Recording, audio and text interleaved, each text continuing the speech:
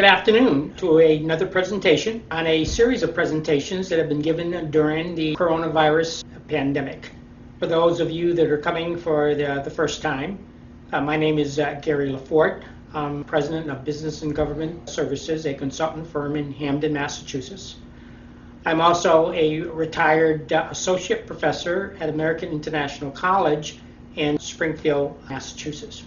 What we're going to do today is give you the questions and answers to test 19 that I gave last week.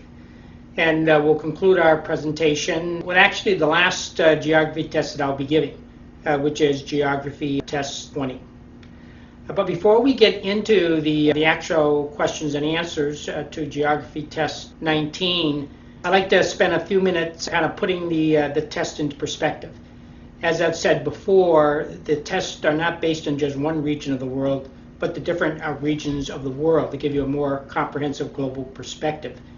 And so let me briefly go over those different regions before getting into the questions and answers. You can see from this chart, you can break the world up into 6 regions. You've got region 1, which is the Americas, region 2, which is Europe to include the British Isles, region 3, the Russian Federation. It's really a single country, but it's the largest country of the world, impacting not only on Asia and Europe as well. So I include it as a separate region. The 4th region is Asia. 5th region is Sub-Saharan Africa, which is all those countries below the Sahara Desert, hence its name, Sub-Saharan Africa. And the last region is the Middle East, sometimes referred to as the Arab world, which you can see from this chart not only includes the northern part of Africa, but also the southwestern part of Asia as well. With this orientation, let's get into the questions and answers for Geography Test 19. Question 1. Name the oldest continuously inhabited city in the world. The answer is Damascus. It's in Syria. It's the capital of Syria. And it goes back, based on historical records, of roughly 11,000 years ago. Question 2. What U.S. state has officially leased land, a cemetery, and a memorial in perpetuity to the United Kingdom? Why was it leased to the United Kingdom? Answer: Ocracoke Island, which is in North Carolina. It leased its land to the UK, and it goes back to World War II, when the British ship HMT Bedfordshire, patrolling off the U.S. coastal waters, was sunk by a German U-boat. 4 sailors' bodies washed ashore at Ocracoke Island and were laid to rest. The lease was made so that these men could remain on their home soil. Question 3. Where is the world's largest sand island located? The island's name is Fraser Island. It is off the east coast of Australia. It stretches for over 120 kilometers in length. It's noted for its tall rainforests and perched lakes. Now think about that. You're talking about a sand island. The ability for rain trees to grow is pretty incredible. Perched lake is a lake that's formed in sand that hardens over time, and as the sand hardens over time, water is able to pool on it and eventually get into a small body of water, which is referred to as a perched lake. Question 4. Name the capital in the following countries. The answers: the capital of Rwanda, which is in eastern Africa. The capital is Kigali. Guinea-Bissau is in western Africa. Its capital is Bissau. Dominica is in the Lesser Antilles in Caribbean America. Its capital is Roscoe. The Marshall Islands is in Micronesia in the Pacific Ocean. Its capital is Majuro. And Guinea is a country in western Africa. Its capital is Conakry. Question 5. How many time zones are there in the world? Which country has the most time zones? Time zones are based on latitudes, and each latitude in the world is separated by roughly 15 degrees. you would think that the answer would be 24 time zones. You'll find, however, that some countries actually end up being in the middle of a time zone, which then results there is really more than 24 time zones in the world. I've not been able, at least based on my research, to get a definitive number, but they'll generally say more than 24 timelines. By the mere geographic size of the Russian Federation, you would think it would have the most time zones in the world. But actually, France has the most. And it's because they include its overseas territories, like French Guiana in South America, as part of the country. So consequently, they have 12 time zones. The United States and the Russian Federation come in second at 11 time zones. Question 6. Which country today has the most characters, that is, letters in spaces, in its country name? And the answer is UK. The United Kingdom of Great Britain in Northern Ireland has 56 letters, or characters. Prior to 2013, Libya had the honor of having the most characters at 63. In 2013, Libya changed its name to the state of Libya. Question 7. Where in the world would you find the following countries? Answer, Comoros. It's in the Indian Ocean between Madagascar and the eastern coast of Africa near Mozambique. Sao Tome and Principe is in the Gulf of Guinea, about 200 miles west of Gabon, which is a country in Central Africa. Tonga is an island in Polynesia in the Pacific Ocean. It's about 2,000 miles east of the country of Australia. And the last one is Cape Verde, sometimes Cabo Verde, is about 380 miles off the west coast of Africa near the country of Senegal. Question 8. Why did Macedonia, a former Yugoslavian country, change its name to the Republic of Northern Macedonia in February 2019? The answer, Greece opposed the use of Macedonia without a geographical qualifier by the former Yugoslavian country in 1991. Greece claimed that Macedonia, as a Greek historical name, going back to the time of Greek kingdom of Macedonia. And also currently today there is a region in Greece they call Macedonia as well.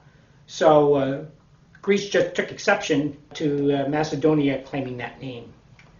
As a result of the Prespa agreement in 2018, Macedonia agreed to change its official country name to the Republic of Northern Macedonia in February 2019. Question number 9. In which country would you find the following historical cultural sites?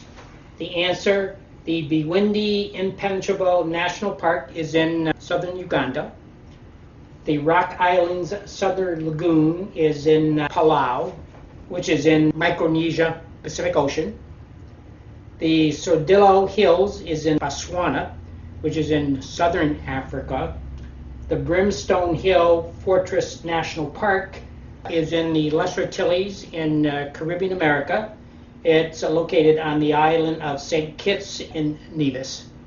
And finally, you have Timbuktu, which is the country of Mali, which is in the western part of Africa. At the end of the presentation, I have some photos for each of these historical cultural sites, and I'll give a little bit more information about each site. Question 10. Vulcan Point is located in the Philippines. It is famous for what? Answer. Vulcan Point is located in Crater Lake on Volcano Island, which is located in Lake Taal on Luzon Island, which is in the Philippines. Now, the reason why Vulcan Point is famous is because this is an island within a lake that's within an island, and that island is in a lake that's within another island. And that makes it world famous and very distinct within itself. Now, I will add that it's not the only place in the world where this phenomena exists. In Canada, you find that you have an unnamed island on an unnamed lake on Victoria Island that within the Vanuatu territory of Canada. This site likewise is world famous for the same thing that Vulcan Point is known for. But internationally, I think Vulcan Point is better known for this phenomenon. That completes questions and answers for Geography Test 19. Now let's go into Geography Test 20. This will be the last test of the presentation series. Again, it'll be 10 questions from the different regions of the world. The next time we meet, which will be the last time, I'll give you the answers to Geography Test 20. And I'll also try to put into context what we've been able to cover our 20 tests that I've given you over a 4-month period. For example, one of the things I've tried to do with the 20 tests is to touch base on every country in the world, either in terms of its location, its capital, a significant event, or a historical, cultural site. Question 1. On January 1st, 1993, Czechoslovakia peacefully dissolved itself as a country and created what two present-day countries? Question 2. What is the official status of the state of Palestine in the United Nations in terms of its recognition as an independent country? Palestine is in the Middle East. Question 3.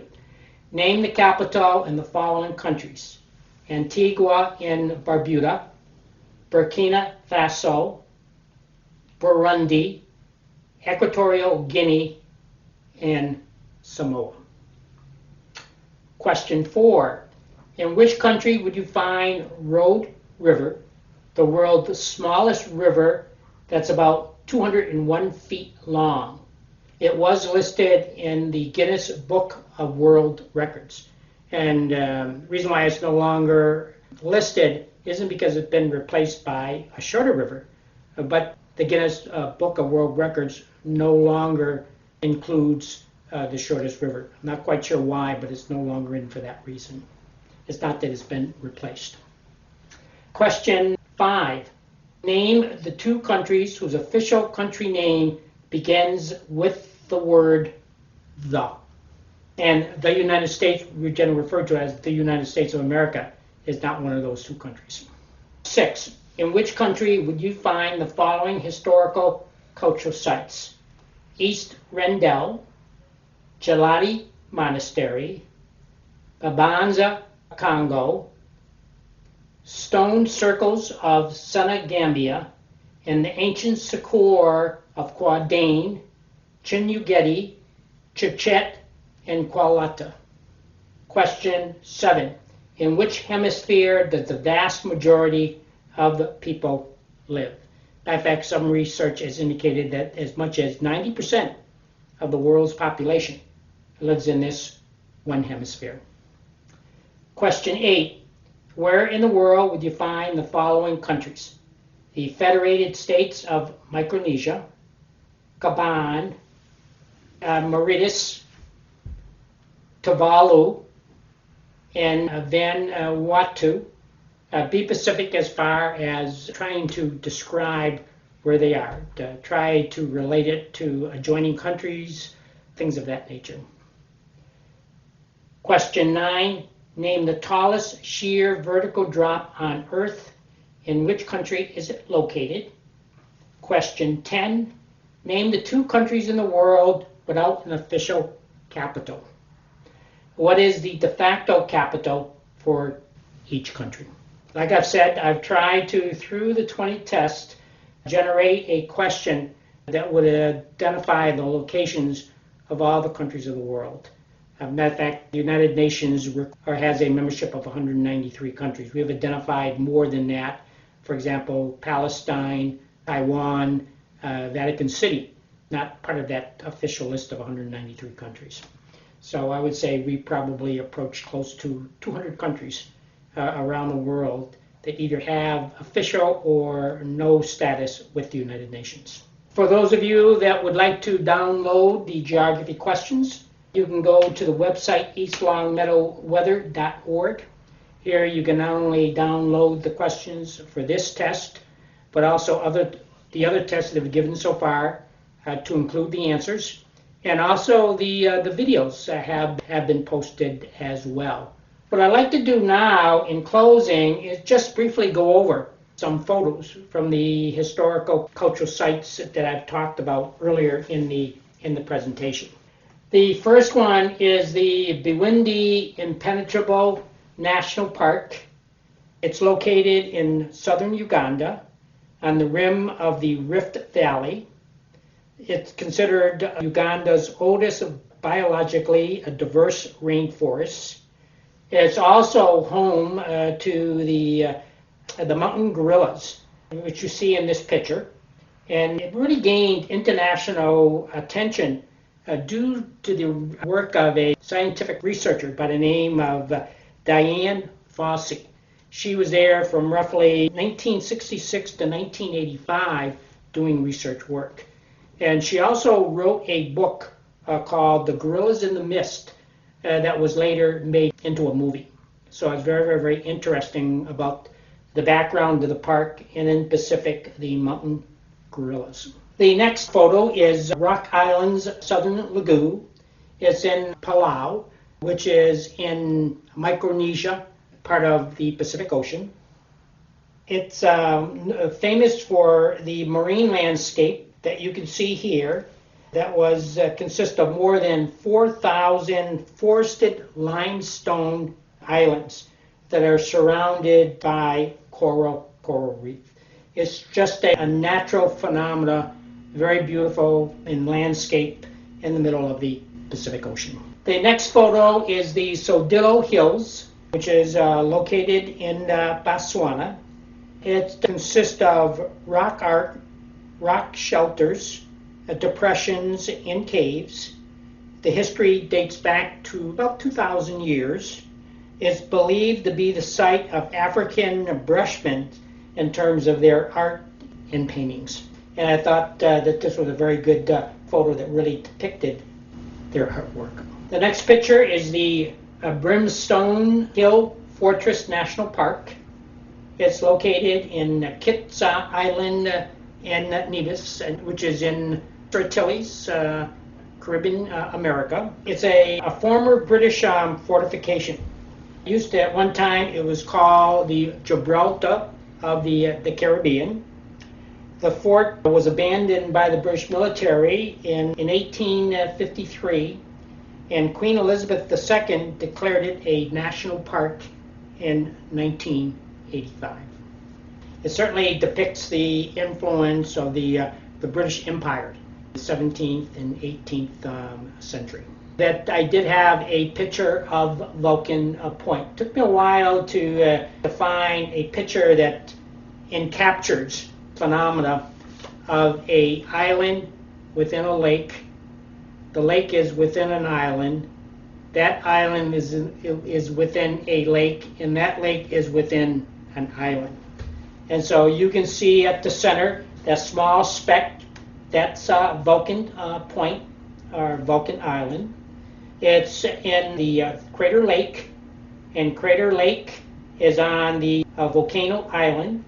Volcano Island is within Lake Taal, and Lake Taal is within the island of Luzon, which is part of the Philippines.